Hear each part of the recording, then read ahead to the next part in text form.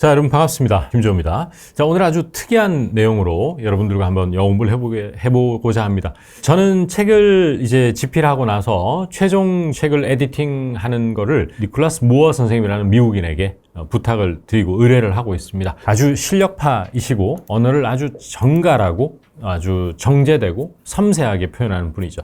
어쨌거나 이분에게 이제 에디팅 의뢰를 하면서 저랑 니콜라스 선생님이 이제 주고받았던 이메일에서 여러분들이 그동안 영어 공부를 했던 것이 현실적으로 여러분이 과연 네이티브들과 이메일 서신으로 소통을 할 때 과연 쓸 수 있을까? 이걸 한번 몇 가지 단어를 한번 맞춰보고 표현을 여러분들에게 맞춰보는 퀴즈를 한번 드려보겠습니다.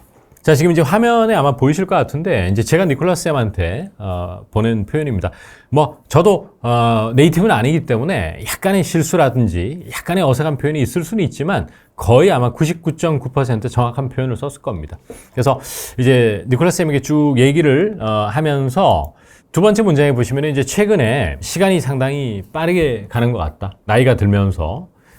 그러면 니콜라스 선생님도 그런가요? 이런 표현을 제가 썼습니다. 자, 여기서 우리가 그동안 꾸준히 학습을 하면서 나도 똑같이 느낀다라고 하는 표현을 저는 최대한 제가 평소에 많이 쓰는 표현, 또 제 주변에 있는 원어민들이 많이 쓰는 표현을 책과 인강이 담고 있거든요. 그러면 여기에서 이제 여러분 공부할 맛을 좀 느껴야 돼요. 아, 실전에 이렇게 쓰는구나. 나도 쓸 수 있겠구나. 이럴 때 김재우 영어야백에서 I feel the same way를 집중 연습했죠. 따라서 저도 부지불식간에 제가 좋아하는 표현이니까 의문문으로 바꾸면 어떻게 될까요? I feel the same way를 너도 그렇지 하면 Do you feel the same way가 되겠죠? 네. 자, 이걸 시청하시는 분들도 Do you feel the same way를 쓰셨나요? 자, 썼으면은 정말 스스로에게 큰 박수 보내드리는 게 맞습니다. 잘했습니다. 자, 그 다음에 제가 이제 모든 문장을 해석하고 이러지 않을 거예요. 좋은 표현들, 우리가 할 수 있는 표현들을 맞춰보는 시간입니다.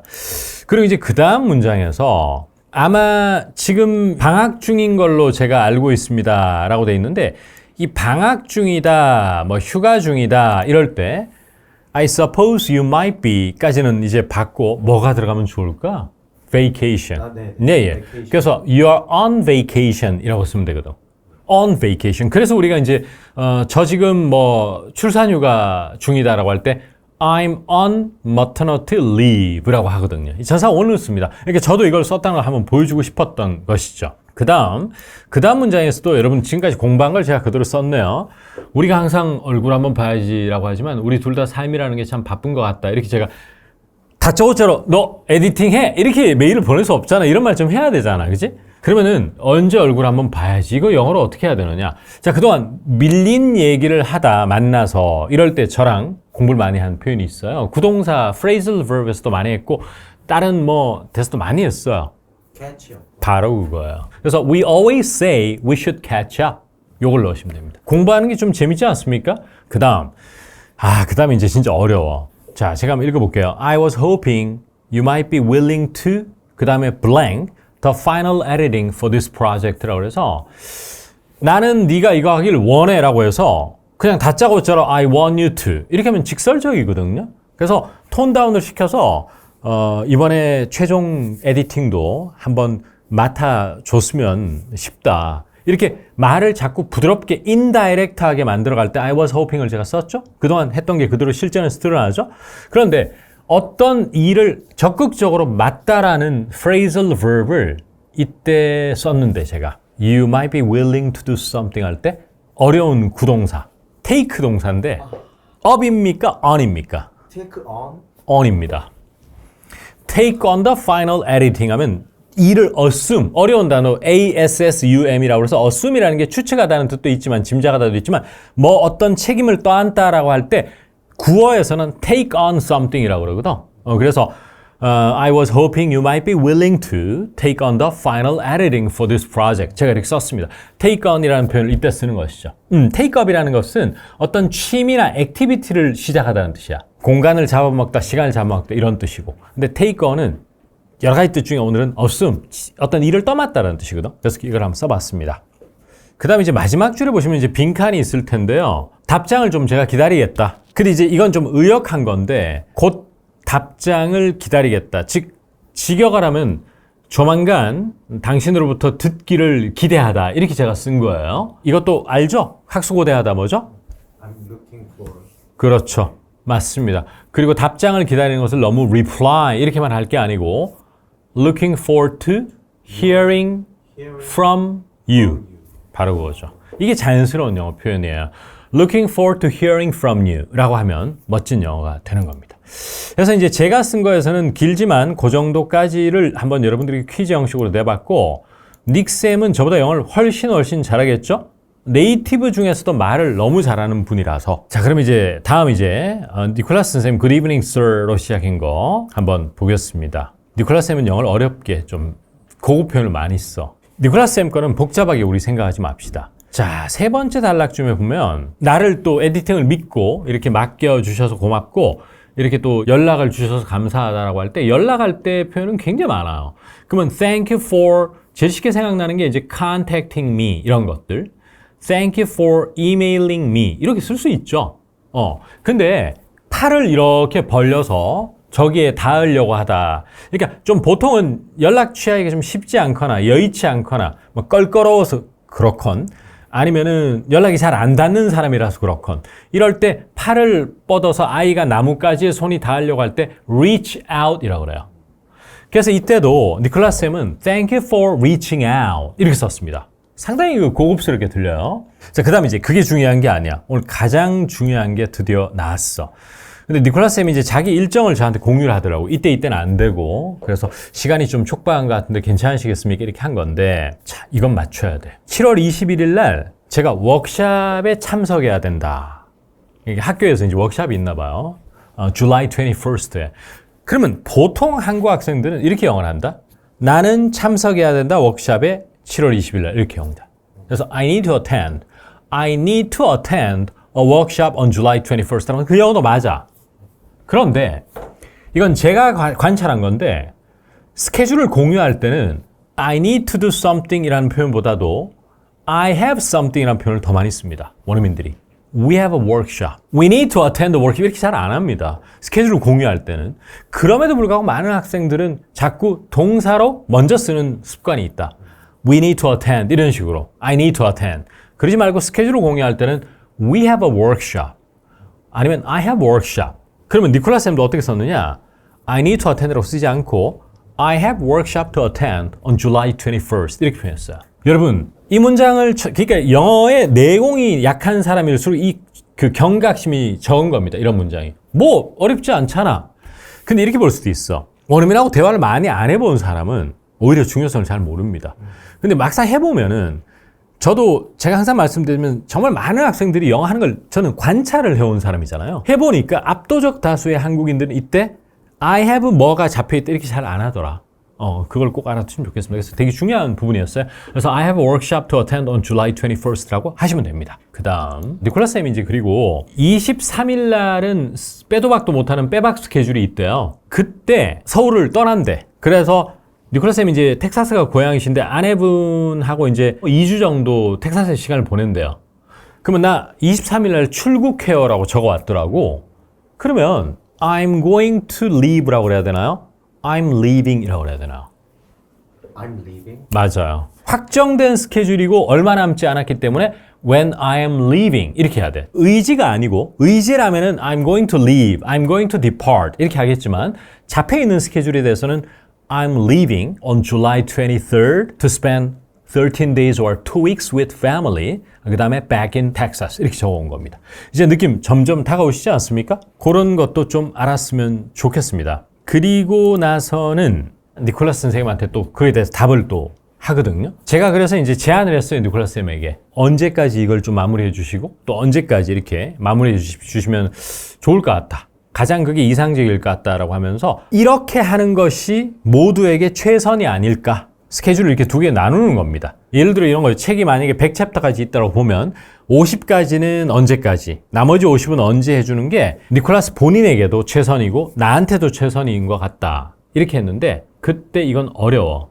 work라는 동사를 써야 돼요. work.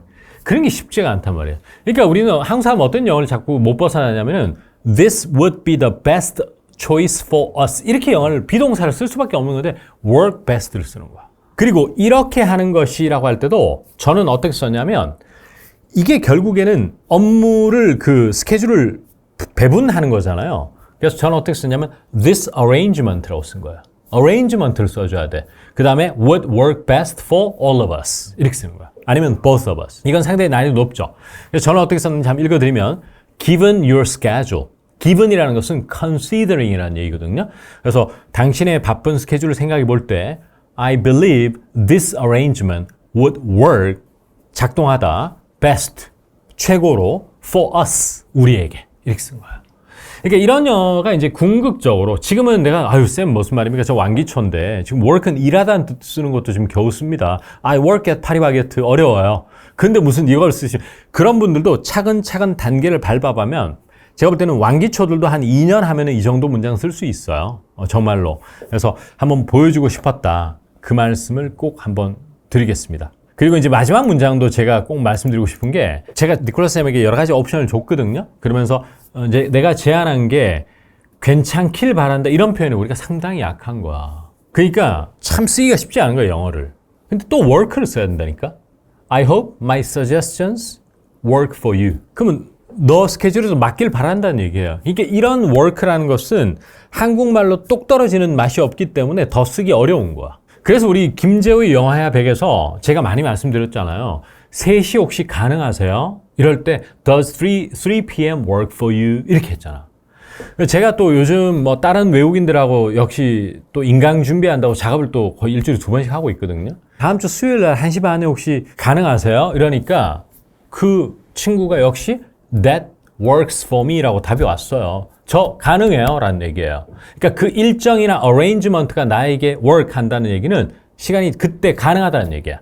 그냥 나 시간 된다는 것은 I'm available, I'm free인데 여의치 않을 것 같았지만 그때 가능하다는 것은 work를 써줘야 되는 거야. 따라서 이때도 조심스럽게 제가 I hope my suggestions work for you 이렇게 되는 거야. 근데 이럴 때 이제 다르게 써버리면 약간 웃기는 문장이 될 수도 있어. I hope you like it 뭐 이런 걸 써버리면 약간 촐싹거리는 느낌이 있거든. 그러니까 이메일에서는 맞지 않는 거예요. Are you okay? 이렇게 해버리는 것도 건성으로 얘기하는 거야. 너무 건성으로 얘기해. 그러니까 그런 것도 좀 알아주시면 너무 좋을 것 같다. 그 생각이 많이 듭니다.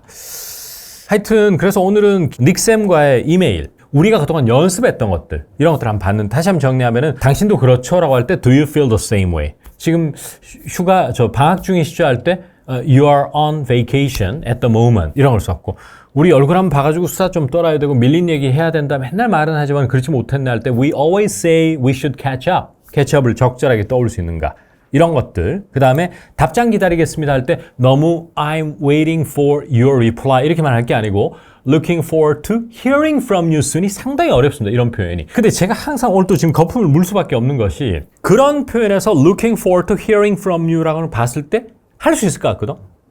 당신으로부터 듣기를 희망한다. 내가 회사 가서 이메일 쓰면은 결국에는 I look forward to your reply 밖에 안 나와. 왜? 답장 기다리겠다. 자꾸 답장이니까. 그렇기 때문에 hearing from you의 뜻을 가르쳐주는 게 중요한 게 아니고 이럴 때 보통 회신 기다린다라고 할 때 원어민들이 hear from you를 많이 쓰는구나. 이거를 인지하는 공부를 이제는 할 때가 된 거예요. 그러니까 한국 성인 영어 스피킹이나 라이팅이나 이런 아웃풋이 잘 안 된 결정적 이유는 무미건조한 정보 전달에 그쳤기 때문입니다. 그래서 이것이 실사례 중심으로 이럴 때 못 쓴다는 것을 끊임없이 리마인드 해주는 건 매우 중요하다. Hear from you, 몰라서 못 쓰는 게 아니다. 할 때 look forward to 아니면 looking forward to hearing from you가 답장 기다리겠다는 얘기다. 이걸 꼭 알아두시면 좋을 것 같다. 그 생각이 들고 그 다음에 연락해줬다. 이것은 상당히 어려워요. Thank you for reaching out은 어렵고 오늘 가장 중요한 거 다 까먹어도 좋다. 하나만 기억하자. 뭐다? 7월 21일 날 워크샵 가야 됩니다. 너무 I need to go to, I need to attend 이렇게만 할 게 아니고 일정을 공유할 때는 뭐가 더 좋다? I have workshop to attend. 너무너무 중요한 거예요. I have workshop to attend on July 21st. 오늘 가장 중요한 거였습니다. 그 다음에 현재 진행으로 저 7월 23일 출국을 간다 뭐죠? I'm leaving on July 23rd. 이건 너무 중요하다. 이것도 말씀드리고 오늘 마지막에 두 가지는 work라는 동사를 잘 써야 된다. 그 중에서 제가 쉽게 접근하면은 이런 거예요. 스케줄 조정이 여의치 않을 것 같을 때는 Are you free on Wednesday가 아니고 Does Wednesday work for you? 라고 해야 바쁜 거 아는데 혹시 될까요? 라는 뉘앙스를 주는 것이다. Does Wednesday work for you? 아시겠죠? 따라서 저도 오늘 제가 오늘 일한 옵션을 몇 개 드린 게 괜찮기를 바란다라고 할 때 I hope my suggestions work for you라고 했다는 것 꼭 기억하시면 좋겠습니다. 그래서 실제 이메일에서도 우리가 배운 것을 능수능란하게 쓸 수 있고 너무 활용도가 높다는 걸 다시 한번 다잡고 가는 시간이었다. 그렇게 보시면 좋을 것 같습니다. 다음 시간에 또 더 알찬 내용으로 화이팅 해보겠습니다. 여러분 오늘 끝까지 저는 정말 끝까지 시청해 주신 분들은 진심으로 감사드릴 수밖에 없어요. 그래서 이게 하나하나 쌓이다 보면 1년 후에는 정말 김재호의 영화야백이라는 이 채널에서 공부만 해도 큰 거 아니겠습니까? 그래서 감사한 마음으로 영상을 찍고 있으니까 여러분도 열심히 임해 주시면 좋겠습니다. 화이팅입니다.